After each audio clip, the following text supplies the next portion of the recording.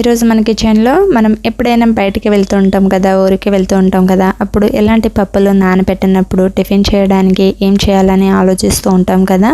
So అలాంటప్పుడు బొరుగులతో, అదే అండి మరమరాలు అంటారు కదా, సో వాటితో ఇలా సింపుల్గా బ్రేక్ఫాస్ట్ చేసి మన ఇంట్లో అందరూ కడుపు నిండా తినేయచ్చు. సో దీన్ని ఎలా ప్రిపేర్ చేయాలనేది ఈ వీడియోలో చూసేద్దాము. దీనికోసం మిక్సీ జార్ తీసుకొని నేనైతే బొరుగులని తీసుకుంటున్నానండి. ఇది ఏ క్వాలిటీ ఏదైనా పర్లేదు. సో దీన్ని మనం ఎలాంటిదైనా వాడవచ్చు బ్రేక్ఫాస్ట్కి. నేనైతే 2 కప్స్ వరకు వాడుతున్నాను. 2 కప్స్ మరమరాలు అంటారు కదా, అవేనండి. సో ఇలా 2 కప్స్ అవి తీసుకున్నాక దీంట్లోకి 1 కప్ బొంబాయి రవ్వని తీసుకుంటున్నాను. 1 కప్ బొంబాయి రవ్వని యాడ్ చేయడం వలన మనకి ఈ బ్రేక్ఫాస్ట్ అనేది చాలా బాగా వస్తుంది. దీంట్లో 1/2 కప్ వరకు గోధుమ పిండిని తీసుకోండి. ఇలా గోధుమ పిండిని తీసుకొని వీటిని మెత్తగా పౌడర్లా గ్రైండ్ చేసి తీసుకోవాలి.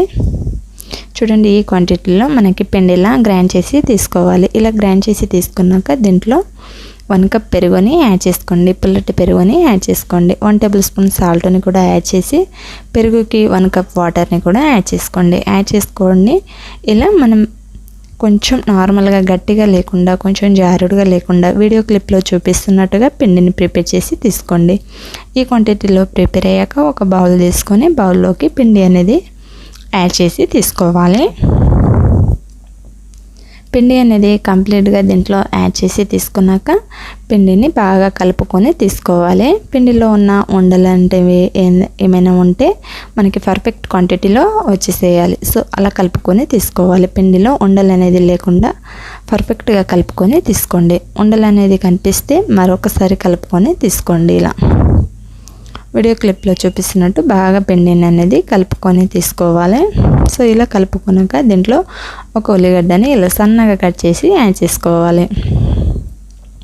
క్యారెట్ని కూడా ఇలా సన్నగా తురుముకున్నాను. సో ఇలా తురుముకొని యాడ్ చేసుకోవాలి. దీంట్లో ఫ్రెష్గా ఉన్న కొంచెం కొత్తిమీర, కరివేపాకుని కూడా ఇలా సన్నగా కట్ చేసి యాడ్ చేసుకోవాలి. పచ్చిమిర్చిని 2 సన్నగా కట్ చేసి యాడ్ చేసుకోవాలి.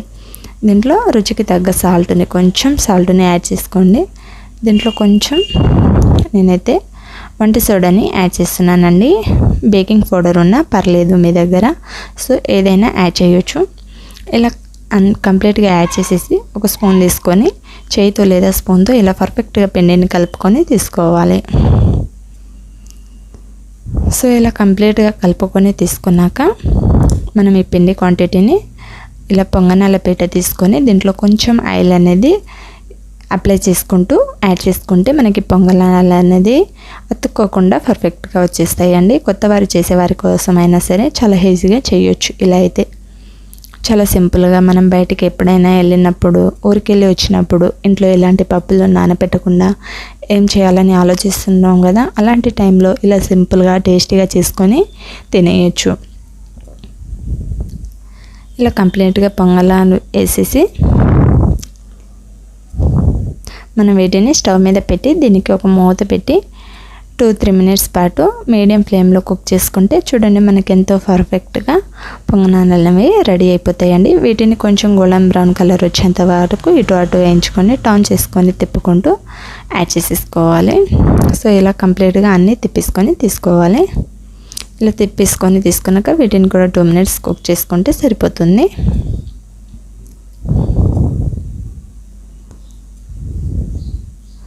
సో సేమ్ ప్రాసెస్లో కంప్లీట్గా ఇలా తిప్పేసుకొని తీసుకున్నాక చూడండి మనకి ఎంతో రుచికరమైన బ్రేక్ఫాస్ట్ అనేది రెడీ అయిపోయింది.